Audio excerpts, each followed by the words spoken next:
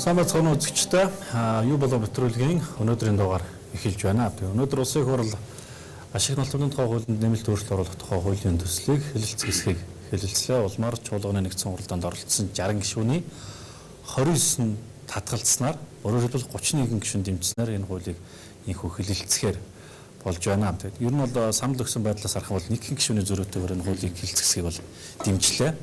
Хувьчилж хэлэх юм бол 51.7% дэмжлэгтэйгээр энэ хуулийн төслийг инхүү их хурлаар хэлэлцэхээр болж байна.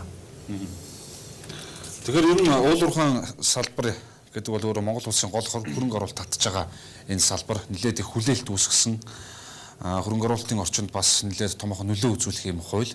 Эрдэс хуулийн салбар төрөөс баримтлах төрийн бодлого гэдэг нэг бичиг баримтыг бол өнгөрсөн 2013 онд баталсан байж байгаа.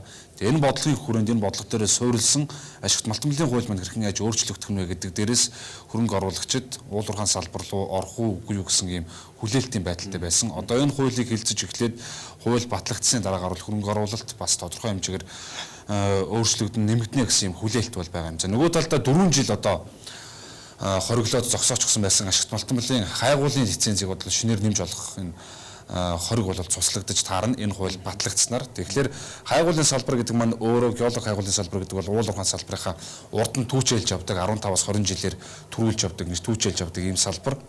Гэтэл яг энэ салбарт хөрөнгө оруулалт орохгүй болчихлоор дагаад нэг уулуурхаан салбар руу орох хөрөнгө оруулалтын урсгал татах нь бол ойлгомжтой. Сүүлийн үед одоо өнөөдрийн үүсэж байгаа нөхцөл байдал буюу долларын 1800 болчихсон эдийн засгийн нөхцөл байдал хүндэрч эхэлж байгаа энэ үе нөхцөл байдал бол өөрөө уулуурхаан салбарт хөрөнгө оруулалт багассны шууд үр нөлөө гэж бас шинжээчид эдийн засгчид бол дүгнэж эхлээд байгаа л да. Тэгэхээр энэ ашигт малтмлын хуулийг нэмэлт өөрчлөлт оруулах хуулийг хэлцэж эхлэхээс өмнө бас хэд хэдэн зүйлийг бид нар анзаарч эхлээд хоёр зүйлийг хамгийн түрүүнд тодтогч харах хэрэгтэй гэж үзэж байгаа. Юу гэхээр уулуурхаан салбар бол дандаа ашигтай байгаад идэх салбар бол биш. Асар урт хугацааны одоо хууль эрх зурсны доктортой байхыг шаарддаг, асар хэмжээний хөрөнгө оруулалт шаарддаг. Тэгжээж урт хугацааны дараа тэр хөрөнгө оруулалтаа нөхөж бас ашиг болдог ийм салбар. За Монгол улс тэрнээс гадна бас нэг зүйлийг бас санах хэрэгтэй. Ер нь бол Монгол улс дан ганцаархнаа байгалийн баялагтайч улс бас биш шүү гэдгийг бол бид нар байнга санаж явах хэрэгтэй. Ганцхан Монгол улсад л нүүрс алдчихсан юм байдаг юм шиг тэрийг ингээд хав дараад суух гээд байгаа юм шиг ингээд иймэрхүү байдлаар бол уулуурхаан салбарт хандаж ирсэн. За ер нь улс төрчид нь бас энэ салбарыг нэлээд улс төржүүлж ер нь улс төрийн бол нохоод барьдаг мод болж хувирсан л уулуурхаан салбар. Энэний харгаагарч өнөөдрийн бол нөхцөл байдал үүссэн гэдэгтээ энэ салбарынхан за мөн бас шинжээчид эрдэмтэд бол санал нэгдсээр ирсэн юм. Одоо энэ ашигт малтмлын хууль өөрчлөгдснөөр энэ бүх нөхцөл байдлыг засаж чадна гэсэн мэтгэл найдлага бол төрж явах шиг байна л да. Эдийн засгийн идэвхжил их өндөртөө гадаад дотоодын хөрөнгө оруулагчид маш идэвхтэй үйл ажиллагаа Монгол улсад явуулж ирсэн тэр цаг үед энэ ашигт малтмлын лиценз олгох үйл ажиллагааг бол зогсоосон. Өнөөдөр Монгол улсын эдийн засаг хямрцсан байж байгаа өнөө үед энэ лиценз олголтыг цааш нь өргөжлүүлж олгохоор бид нар шийдвэр гаргах гэж байна л да. Уг нь бол их буруу юм байнамаа. Эдийн засаг идэвхжиж байгаа үед нь энэ лицензийг бид нар олгоо явуулж явах байсан. Тэгээ эдийн засаг хямарч байгаа үед нь бид нар нэг үнэнд гүйцэтгэж байгаа учраас үнийг олгохоор болж байна л да. Тэгэхээр улс төрийн популизм Монгол улсын эдийн засгийг үнэхээр хорлож шít ард иргэдийн амьдралыг дороотуулж байгаа. Ийм учраас энэ улс төрийн намууд бол энэ дээр дүгнэлт хийх учиртай шүү. Дахиж цаашид улс төрийн хожоо олох замаар аавна гэж бодож ийм популизм маягаар Монгол улсынхаа одоо хөгжлийн тэргүүлж явдаг энэ салбараараа тоглож болохгүй гэдгийг бид нар улс төрийн намуудад маш том сургамжтай үйл ажиллагаа боллоо гэж би үзэж байгаа юм аа. Өнөөдөр их хурлын энэ дээрээс гишүүд ашигт малтмлын салбарт улс төр хэтэрхий гүнзгий хутгалж орсон гэдгийг нэг осондоо хүлээн зөвшөөрч ин штэ. Энэ хамгааллын гишүүд гэсэн хэлсэн. Ерөөсөө ашигт малтмлын салбар дээр бид нар дөрөөлж хөгжиж байгаа юм бол энэ салбараас ус төрж байгаа тэр нэг юмнуудаа татаж авах хэрэгтэй байна гэсэн ийм санаа бас хэлж ил байна лээ. Тэгэхээр ер нь бол яхаа аргагүй нь өнгөрсөн хугацаанд ус төржид энэ салбар хүчтэй орж ирсэн тэр ч утгаараа ашигт малтмлын салбар өөрөө нэг хөгжлийн 100 голдролоор явж чадаагүй. Тэрний гагаар юу гэдгийг бид нар олон удаа ашигт малтмлын хуулинд өөрчлөлт оруулж ин тэр болгондоо хөрөнгө оруулагчдынхаа нөгөө итгэлийг бид нар ингээд баг багаар алдаад яваад байсан. Тэг өнөөдөр хөрөнгө оруулалт орчин юм уу болцсон. Дээрээс нь ашигт малтмлын хууль нь өөрөө ингээд тодорхойгүй байдалд ингээд удаан болчихсон зэрэг шилтгаалаад ашигт олонлын салбарт орж ирж байгаа нэг хөрөнгө оруулалтнаас дагаад байхгүй болчлаа гэдэг зүйлийг яриад байгаа юм л да. Тэгээд хамгийн наацхан жишээ юм бол 106 лицензийг бид шууд хүчингү болгоцсон. За энэ бол одоо ашигт олонлын газрын дарга байсан Батгой гэдэг хүнтэй шууд холбоотой. Мань хүн одоо хууль зөрчил лицензийг олгосон гэсэн шалтгаанаар бол энэ лицензийг хүчингү болгоцсон. Нэг талдаа ийм хууль зөрчсөн үйл байсан боловч нөгөө талдаа хөрөнгө оруулагчдын буруу байсан үгүй гэдэг бид нараас харах хэрэгтэй юм шиг байна. Гэтэл үүдгийн төрөө өөрөө хууль зөрчөөд тэдгээр хүмүүст лиценз өгч гисэн. Хөрөнгө оруулагч мэдээж одоо юу гэдгийг авчил таарна шүү дээ. Тийм биз дээ. Хүн өөрөө хууль дүрмээр зөрчөөд лиценз өгч байгаа нөхцөл. Тэгэхээр бид эргээд нөгөө хөрөнгө оруулагчтай хэтгэлийг нь мэдчихлээ ингээ алдчихсан. За харин өнгөрсөн хугацаанд юу гарсан бэ? Нэг дэвшилтэд бол гарсан байх гэхээр ашигт малтмлын салбарт ер нь Монголын төр ямар дүрмээр одоо тоглох юм бэ гэдгээ тэр тоглоомын дүрмөд тодорхой болсон. Өөрөөр хэлбэл энэ салбарт төрөөс баримтлах бодлогын бодлогч батлагдчихсан.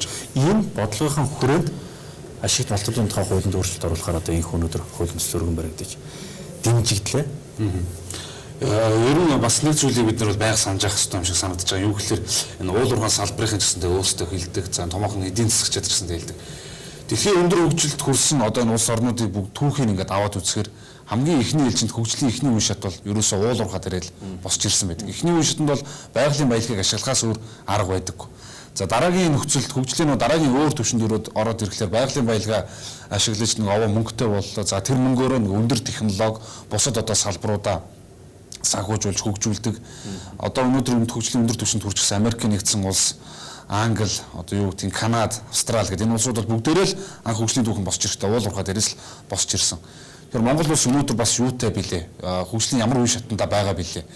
Яг энэ чүүднээсээ өнөөдөр Монгол улс уул уурхай дээр түшилж хөгжлийн ихний үе шатыг бол дөрвтойхон шиг явуулах нь зүйтэй юм а гэсэн ийм байр суурийг бол эдийн засгчид за энэ уул уурхай салбарын хүмүүс гэсэн өөрсдөө хэлдэг л дээ.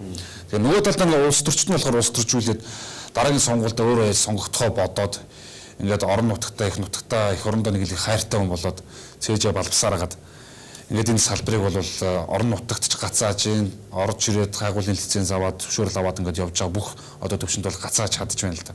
Уул уурхай ассоциацийн өмнөх ерөнхийлөгч Ган болд гэж хүн улсын хурлын дарга байсан, дэд дарга байсан улсын хурлын гишүүн байсан Ган болд гэж хүн доо Ган болд хэлж ирсэн. Монгол улс бол 22 засгийн газартай байна гэж. Уг нь ерөнхий сайд ганцхан байдаг. Гэтэл уул уурхай үйл ажиллагаа явуулж байгаа тэр аймгийн засаг дарга бол уул уурхай компаниг очиод байнга дарамтлчихдаг. Мэргэжлийн ялд нь очиод дарамтлчихдаг. Аймгийн тим юм болох гэж байна гэдэг. Үндсэндээ бол нэгдсэн тоглоомын дүрм байхгүй, нэг хууль байгаад байдаг. Хууль бус шаардлага тавиад ингээд яваад байдаг. Иймэрхүү зүйлүүд ч өнгөрсөн жилүүд дэндүү хавтгай байсан.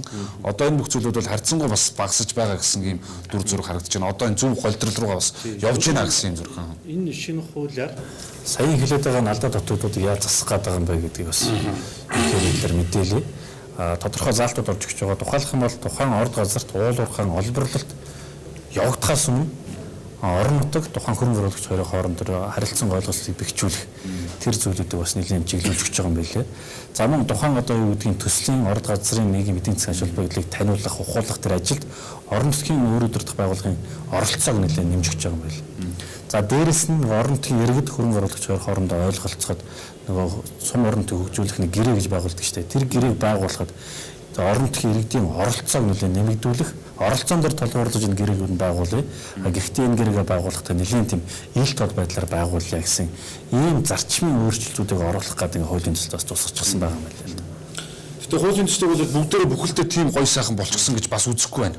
Өнөөдөр хилцүүлэхдээ яг одоогийн байгаа ашигт малтмлын хуулиас бол илүү сайжирч гарах ёстой шүү гэсэн зарчмын байр суурь илэрхийлж байгаа. Энэ ч бол ойлгомжтой ийм гишүүд бол олон байна.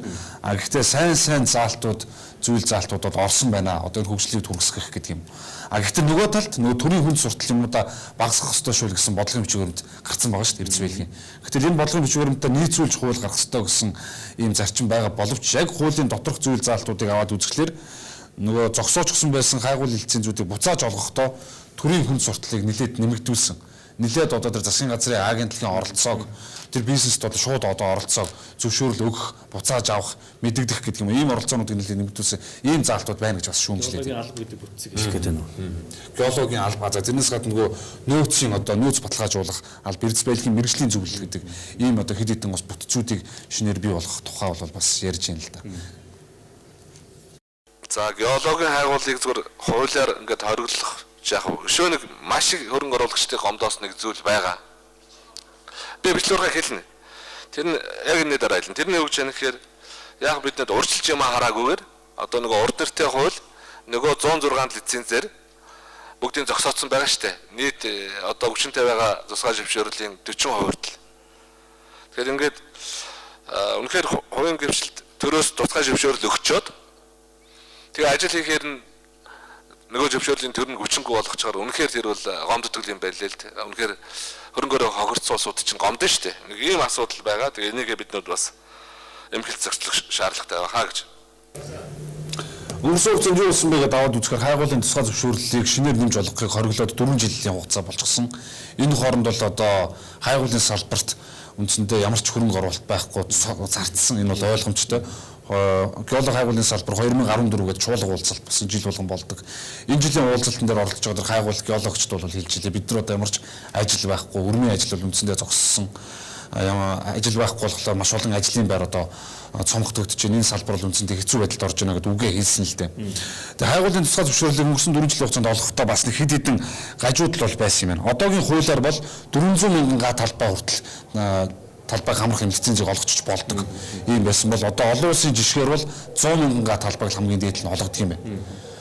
Хайгуулт. Монгол улс бол өөрөө яг нэг хүн доногдох газар нутгийн хэмжээгээр том өргөн удам газар нутгтай гэдэг утгаараа бас ийм байсан байж болохыг. Гэхдээ олон улсын стандарт жишг руугаа бид нар явах хэрэгтэй гэдэг хуулинд энэ зүйлийг тусгаж өгч байгаа юм. Гэхдээ нөгөө тал түрүү хэлсэнчлэн одоо нэг хайгуулын тусгай зөвшөөрлийг 4 жил ингэж зогсоочход одоо буцааж олохдоо нэг хүн суртлыг нэлээд нэмэгдүүлсэн ийм зүйлүүд бас байна гэдэг ийм шүүмжлэг гişүүд хэлж байна. Гэхдээ нөгөө талд Монгол улс бол өөрөө бас олон улсын одоо ийм байгууллагад бол гişүүнээр хэлсэж орох гэж байгаа. За гişүүнээр хэлсэж орсны дараа бол тэр олон улсын жишээ стандарт юмуд бол бас мөрдөөд явна гэсэн мэдээлэл өгч байна л да.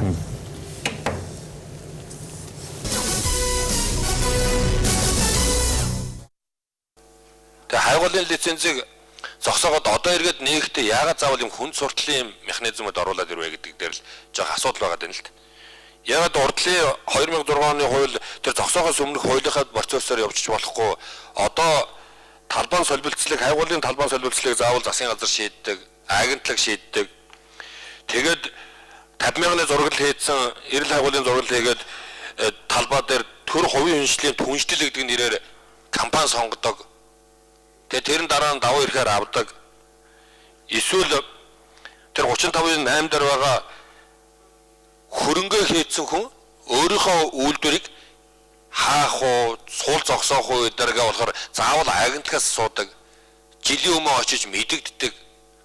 Осол болж магадгүй гэж жилийн өмнө мэддэг юм уу ямар учиртай юм бол. Тэгээд осол саатал, санхүүгийн алдагдал гэж байна шүү дээ. Энэ болгоныг очиж асуудаг. Үйлдвэрээ хэсэгчлэн болон бүхэлдээ хаахын тулд дахиад л агентлагаас очиж асуудаг, мэдэгддэг. Тэгээ энэ одоо ямар шалтгаанаар заавал энэ агентлаг төрийн захиргааны байгууллага энэ болгонд оролцох шаардлага юунаас болоод гарч байгаа. Зүгээр мэдээлэл авахыг бол ойлгож байна. Та айгуул тэгж хариулах байх. Мэдээлэл авах бол нэг өөр асуудал. Урьдчилж мэдэгдээ тэр юунуудаа заавал энэ баяжуулах үйлдвэр, олборлох үйлдвэрийн үйл ажиллагаанд ингэж төрийн оролцоог, төрийн захиргааны оролцоог өдөр болгонд нэмээд нэг шат болгонд нэмээд байгааг юу гэж ойлгох вэ?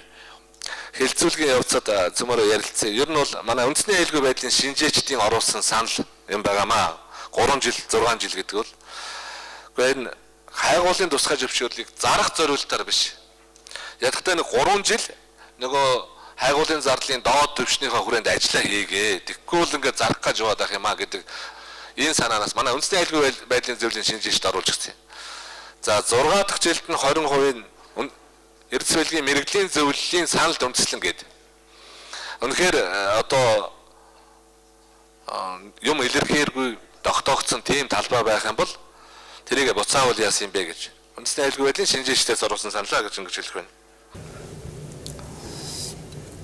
За энэ шинэ хуулиар олон юм бүтэц бий болоодээс нэг шинэ бүтэц бий болох тусам нөгөө хүн суртлууд дагаад нэмэгдэх үедээ гэсэн юм болгоомжлол бас байна л да. Тэгээд яг уул уурхайн сайд бол одоогийн байгаа нөөц уулзаанд тулгуурлаад ийм бүтцүүдэд байгуулж болно гэсэн юм тайлбарыг өгч байна. За яг гэхдээ нөгөө тал бас нэг юм шинэ бүтцийг яриад байна л да. Бодлогын зөвлөлт гэж юмыг байгууллаа гэдэг. Бодлогын зөвлөлт дээр бүх асуудлаа ярьдаг. тэгжээж яг нөгөө ажил нь эхэлдэг юм байж орохгүй бол ерөөсө бодлогын зөвлөлд ямар ч асуудал яригдахгүйгээр хоорондоо ерөөсө ойлголцохгүйгээр нэгдсэн ойлголтод хүрэхгүйгээр тал талд нэг юм хийгээд ирэхлээр яг нөгөө ажлын талбар дээр гараад ирэхлээр бүүн элдв саад бэрхшээлтэй учирдаг. Тэгээ энэ саад бэрхшээлийг арилгахын тулд бодлогын зөвлөл гэдэг юм байгуулсан. Бодлогын зөвлөл нь олон талын юм төлөөлөл оролцсон юм бүтэц байх гэдэг юм л да. Жишээлбэл одоо юу гэдгийг иргэний нийгмийнхэн байж байдаг. За уулуурхаан салбарын өөрсдөө байж байдаг. Төр одоо энэ төрийн төлөөлөл бас тэнд нь байж байдаг. Ийм одоо олон талын төлөөллийг оролцуулсан юм л бодлогын зөвлөлийг байгуулчих юм бол магадгүй энэ ашигт малтуулын салбарт үүсээд байдаг олон төр үйл ойлголцлуудыг бас арилгачих нь л гэсэн ийм л тооцоог бас хийгээд байна л да. Энэ бол өөрөө төрөөс эрдэс байлгийн салбарт баримтлах бодлогын бичгийн дотор тусчсан байгаа заалт. Одоо энэ заалтаа хуулиндаа тусгаад ингээд хэрэгжүүлэх ёстой гэдэг ийм байр суурийг Улсын хурлын гишүүд өнөөдөр чуулганы хуралдаан дээр илэрхийлж байлаа. Тэгээ энэ шаардлага бол өөрөө бодлогын зөвлөл гэдэг зүйл бодит амьдрал дээрээс л ургаж гарсан зүйл л дээ. Өнөөдөр уулуурхаан салбар бол түрүү хөтөлбөрийнхэнд хэлсэн урт хугацааны хууль эрх зүйн доктортой орчин шаарддаг. Асар хэмжээний хөрөнгө оруулалт шаарддаг. Тэр хэрээр бол бас асар эрсдэлтэй дандаа ашиг олдоггүй. Тэрийг бол бүгдээр одоо харж байна шүү дээ. Уулуурхаан бүтээгдэхүүний үн бол дэлхийн зах зээл дээр бүгдээр унж байгаа юм дүр зураг харагдаж байна. Тэгэхээр манад өнгөрсөн хугацаанд уулуурхаан салбар яаж явсан бэ гэхээр нэг хөрөнгө оруулагч мөнгөө игээд ажиллаж идэг. Өнөөдөр хүчин төгөлдөр мөрдөгдөж байгаа хуулийн нүрэнд. Гэтэл маргааш өглөө сэрсэн чинь гинт нэг гишүүн нэг хууль санаачлаад нөгөөдгөө их хурал дээр байж батлуулцдаг. Нэр бүхий одоо хэсэг гишүүд юм эсвэл ганц гишүүн ч очиод хууль батлуулцдаг. Гэтэл нөгөө батлсан хууль нь урт хугацаанд хөрөнгө оруулалтад төлөвлөсөн тооцоолцсон явж байгаа нөгөө бизнесмений үйл ажиллагааг бол шууд тас зогсоогоод маш олон хүнийг ажлын байрг болгох жишээ нь. Маш олон одоо хор өхрлийг учруулах жишээ нь ийм нөхцөл байдал өнгөрсөн жилүүдэд бол маш их түгээмэл явж ирсэн л дээ. Нөгөө гадаадын хөрөнгө оруулагчдын Монгол улсын шүүмжилдэг ганц гол одоо үзүүлэлт юм ч юм бол энэ байгаа. Уулуурхаан хууль эрх зүйн орчин чинь доктортой биш байна. Хөрөнгө оруулагчдад халтай байна. Мөнгөө өгөө явж байхад гинт бидний хөрөнгө оруулалтыг завчиж гэнэ гэдэг. Тэгэхээр энэ бүхнийг ойлгомжтой болгоё. Уулуурхаан салбарт хууль эрх зүйн орчин өөрчлөх гэж байгаа бол тал талаас нь маш сайн ярьж иж хуулийг өөрчилдөг болъё. Гинт нэг өдөр нэг хүн дураараа толгоонд нэг бодол буухлаараа шууд ингээд хуулийг өөрчилждэг ийм байдлаар бол цаашаа явж болохгүй байна л гэдэг энэ санаа л да. Чин яг энэ бодлогын зөвлөл байх ёстой гэд энэ бодлогын зөвлөл дээр бол яг энэ салбарт үйл ажиллагаа явуулж байгаа уулуурхаан компаниудын төлөөллүүд за мэдээж эрдэмтэд судлаачдын төлөөллүүд байх ийм юмыг бас хийгээд өгсөн байж байгаа шүү дээ. Тэгэхээр бодлогын зөвлөлөө уг нь нэгдүгээр энэ хууль дээр баталгаажуулаад хоёрдугаар цаашдаа энэ яг энэ уулуурхаан ашигт малтуулалтай холбоотой зүйл дээр бол энэ бодлогын зөвлөлийн саналыг л аммаар байгаа юм л да. Холбоотын саналыг бол авсан, ажлын хэсэгт нь ч гэсэн өөртөө орсон гэдгийг нэгдүгээр хэлмээр байна. Нөгөө орон тооны бас бодлогын зөвлөл хууль санаалагчдын санаалчилсан хуулинд зөвлөмж үзүүлэх, зөвлөмж гаргах, за хамтарч энэ Монгол улсын геолог уулуурхаан газрын тосны салбарын үйл ажиллагааг дотоод гадаадын зах зээлд зөвөр одоо шинжлэх ухааны үндэслэлтэй мэдээлэл эсвэл одоо цаасан дээр бичсэн ийм байдлаас сурчлах ийм бодлогын зөвлөл байна гэж хуулийн төсөлтөд тусгацсан байгаа.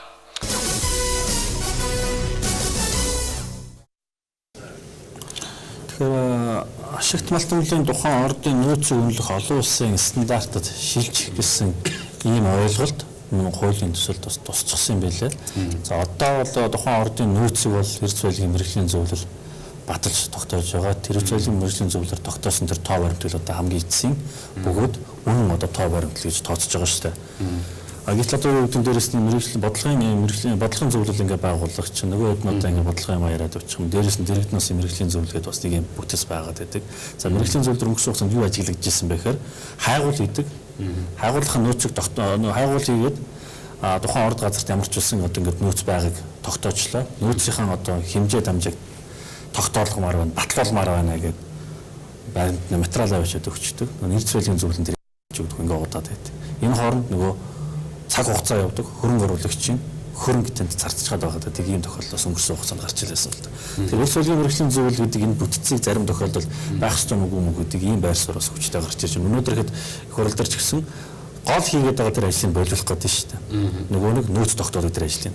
Тэр энэ зөвлөл нөөц тогтоох ажлаа болчих юм бол өөр юу хийх юм бэ? Үндсэндээ эрдэс байлгийн мэргэжлийн зөвлөл олон улсын жишг ямар гэдэг гэхээр одоо тэр геологийн нөөцийг бол тухайн тэр орд дээр ажилласан эксперт геологч өөрөө хариуцдаг толгоогоор хариуцдаг. Нөгөө орд олон жижиг хувьцаа болоод ингээд зарагдана. олон талаас дэлхийн өнцөг болон бүрт биенийг танихгүй хүмүүс тэр хувьцааг худалдаж аваад хөрөнгө оруулалт хийж шít. Тэгээд тэр бирж дээр гарна гэдэг бол асар өндөр хариуцлага тавьдаг. Яг тэр тогтоосон нөөц өөрөө бүрэн одоо тэр дор байна уугүй гэдэг баталгаатай байх хэрэгтэй.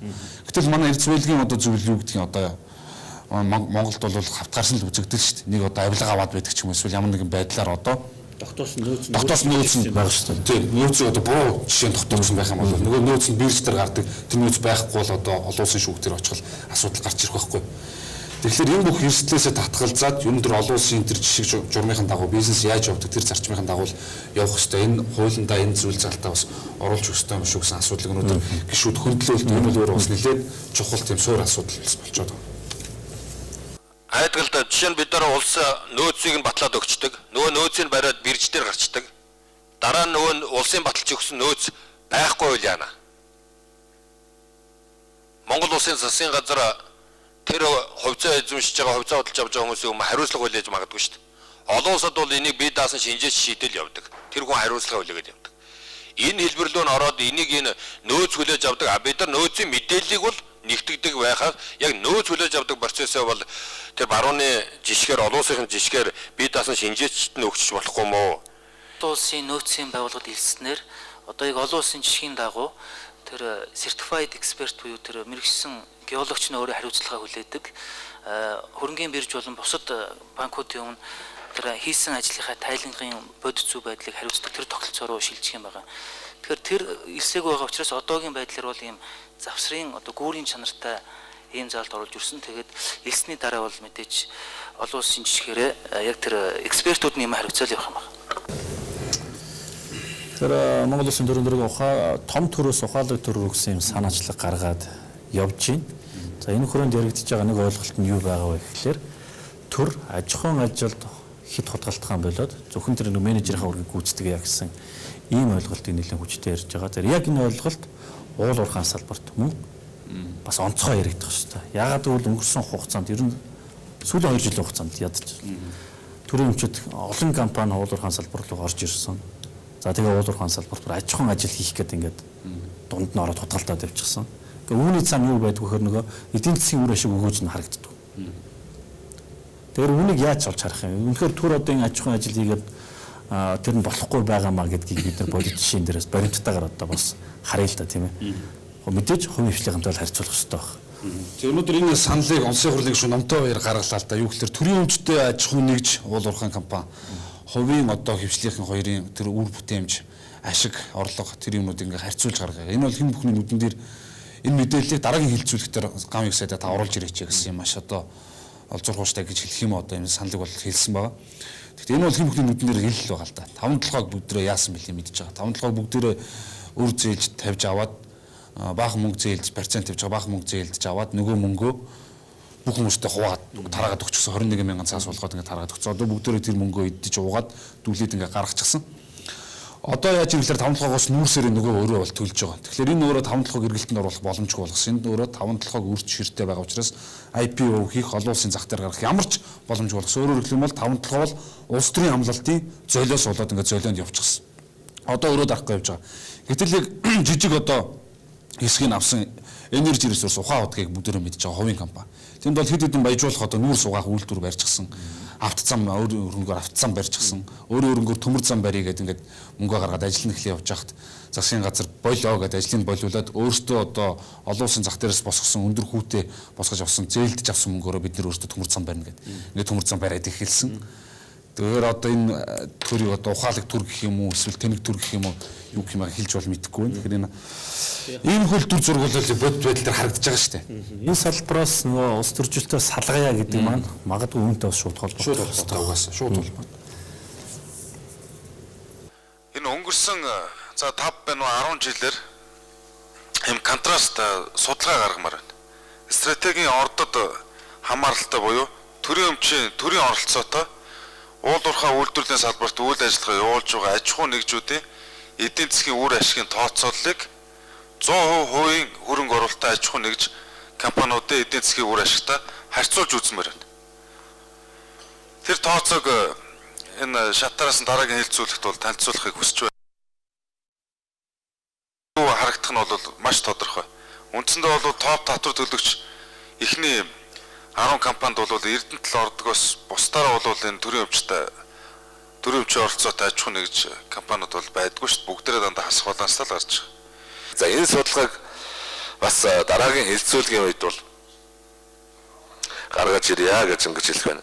5-7% үед бол ойлгомжтой л асуудал. Өөр дөр нь зээл аваад тэгээд зээлийн тараацсан учраас нүүрсээ гаргахаар мөнгө нь орж ирэхгүй юм чинь. Тэгэл тэр ойлгомжтой л асуудал та. Мэдээж ер нь бол бид Эрдэс байлгынхаа салбарт энэ олборлох үйл ажиллагааг бол хувийн компаниар хийлгье, оператор компаниар хийлгье, дэлхийн туршлагыг оруулъя гэд баталсан байгаа. Тэрийг бол хийх ёстой гэж ингэж үзэж байна.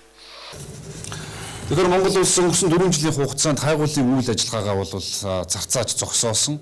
За гэтэл нөгөө талдаа ямар асуудал зарчмын үед тавигддаг вэ гэхээр юу н аль ч улс орон газрын хөвлөд ороо нийтдээ ямар баялаг байгаа юм бэ гэдгийг мэдж байх ёстой байдаг. Ингэснээрээ бол тухайн улсын эдийн засгийн бол бас гол аюулгүй байдлын баталгаа болдгоо гэдэг ийм зүйлийг өнөөдөр чуулганы техник дээр уулуурхайн сайд гаргаж тавиад байна л да. Уулуурхайн салбарын чинь яг энэ асуудлыг хүндэтгэ. Гэтэл өнөөдөр бодит байдал дээр Монгол улс нийт газар нутгийн 30% ойролцоогоор 30 орчим хувьд л одоо ямар эрдэс баялаг юу байгаа юм бэ гэдгийг мэддэг. 70% нь бол огт юу байгаагаа мэддэггүй. За 50 мянганы одоо масштабын зургал бүхий одоо суур одоо судалгааны ажлыг бол улсаас бол төсвийн мөнгөөр хийх ёстой. Энэ ажил бол хийгдэж байгаа. Гэхдээ энэ ажил маш удаашралтай бас хийгдэж байгаа гэсэн юм шүүмжлэлийг энэ геолог хайгуулын салбарын бас тавьж байгаа. Энэ 50 мянганы масштабны зурглал өөрөө хийгдэж дуусаж байж тэр нь өөрөө суур болдог. Тэр суурин дээр нөгөө бусад хувийн хвшлийнхэн өөрсдөө эрсдлээ өрөөд мөнгөө гаргаад геолог хайгуулын үйл ажиллагаагаа явуулдаг. Ийм дүр зураг бол харагдаж байгаа юм л да. Тэгэхээр энэ ч үүднээс аваад үзсэн хайгуулын ажил геолог хайгуулын үйл ажиллагааг бол цааш нь явуулах нь зүйтэй гэдэг дээр улсын хурал бол бодлогоо гаргаж засгийн газар бодлогоо гаргаж санал нэгдэж байх шиг байна. Энэ салбараас төр улс төрчид намууд улс төрч байгаа байдлаа хазаарлаж жинхэнэ тэр нэг эдийн засгийн утгаар одоо хөгжүүлэх цаг нь болсон. Тийм ч учраас төр оновчтой бодлогоо гаргаж татварын оновчтой системээ бий болгож иж энэ салбараас үр ашиг хүртэх байх.